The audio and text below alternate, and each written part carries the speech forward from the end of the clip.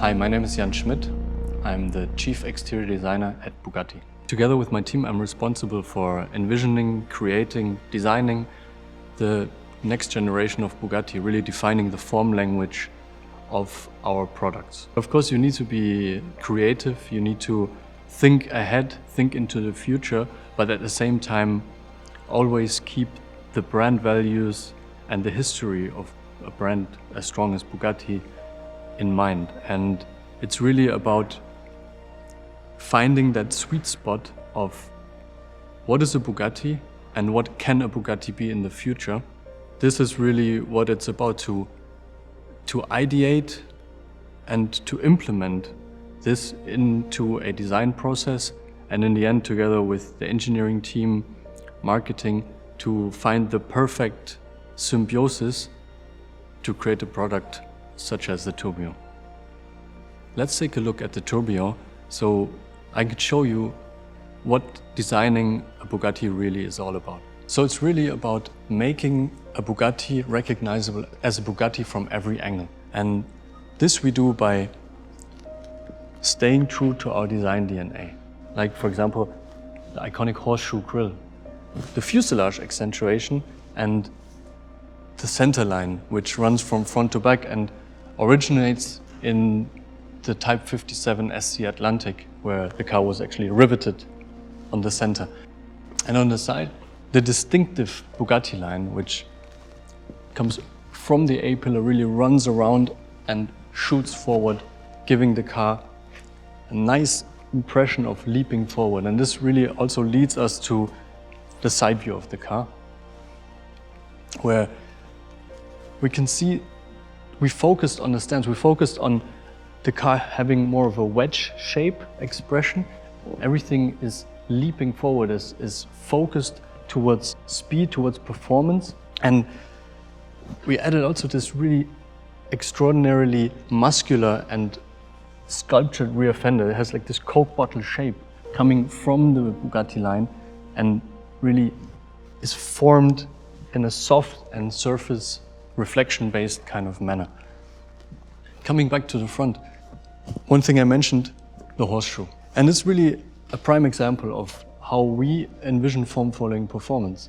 Yes, it's lower and wider than it was on any other car that came before it, and the whole facial expression really ducks onto that.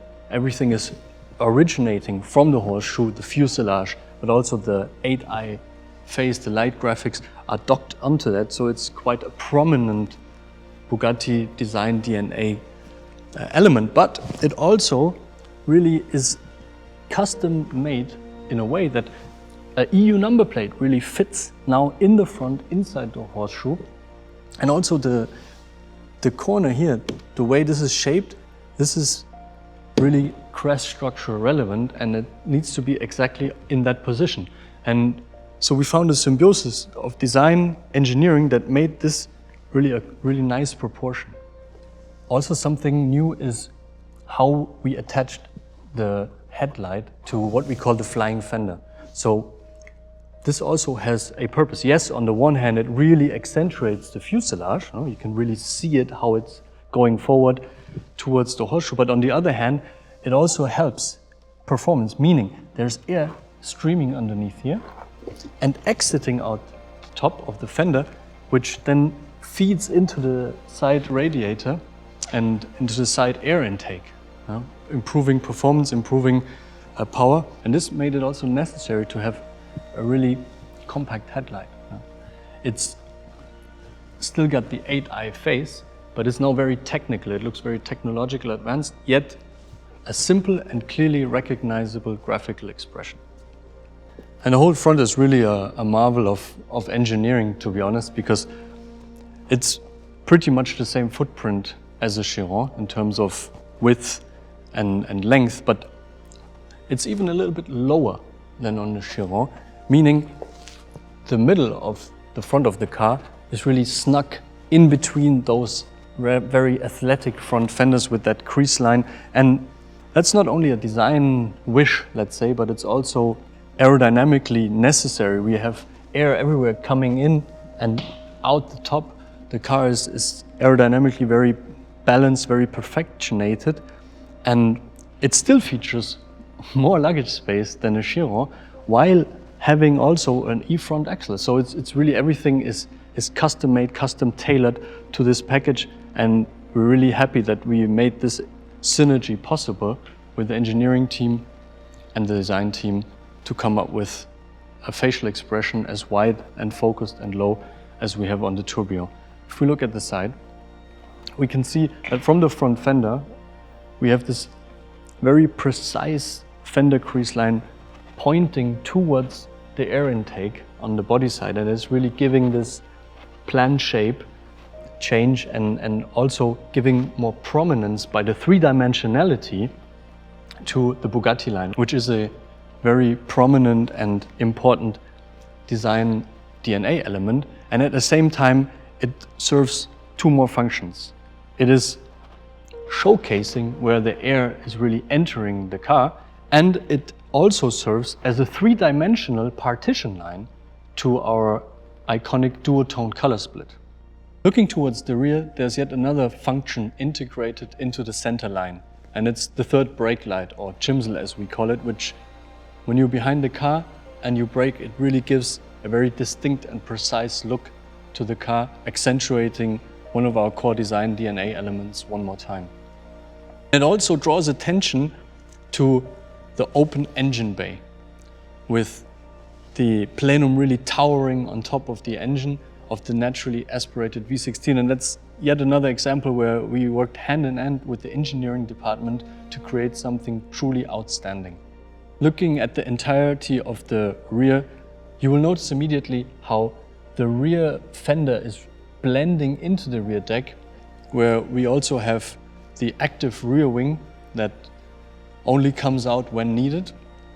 And this really gives a shape, an outline to the rear of the car, where we thought we would like to highlight that. And we highlight that by shaping the left to right taillight in a way that it's a single piece, really following and drawing the shape of the rear. And in the Tourbillon, it's done by utilizing more than 124 individual light elements that act as one graphic, with the Bugatti writing lighting up in the center. Also here underneath the taillight, we have these air outlets. We have these air channels that go all the way underneath the rear fender, and what they do is they transport hot air that comes from the radiators on the side of the car really out the back and give it that purposeful aesthetic. And therefore, we also chose to build very tightly around these elements, exposing the rear wheel and giving the whole car a wide, very lightweight appearance. And because of the integrated crash structure, we could really pull those diffuser channels up high. And not only are they high, but they already start in the middle of the car, right behind the front seats, and really accelerate the air out the back. And that is also in part possible because of the narrow build of the V16 naturally aspirated engine. So everything is playing hand in hand. The new package, the design, we really showcased the capabilities of what the Tourbillon can do. When being asked about my favorite part of the Tourbillon, I have to point at the way the rear fender is shaped. It is in fact inspired by the proportion of the rear fender of the Veyron, with its reflection-based vastness and the grandezza of the surfacing. And if you really look on how this surface conglomerate runs behind the Bugatti line down into the body side and into that air outlet underneath the Bugatti line above the rocker, that's really something I'm particularly happy about, how it turned out and how it gives really strength and muscle to the car and enhances the overall stance and proportion. The reoccurring semantic expression really on the Tourbillon is the symbiotic interplay of very strong graphical DNA elements and this grand surfacing that really makes it a Bugatti.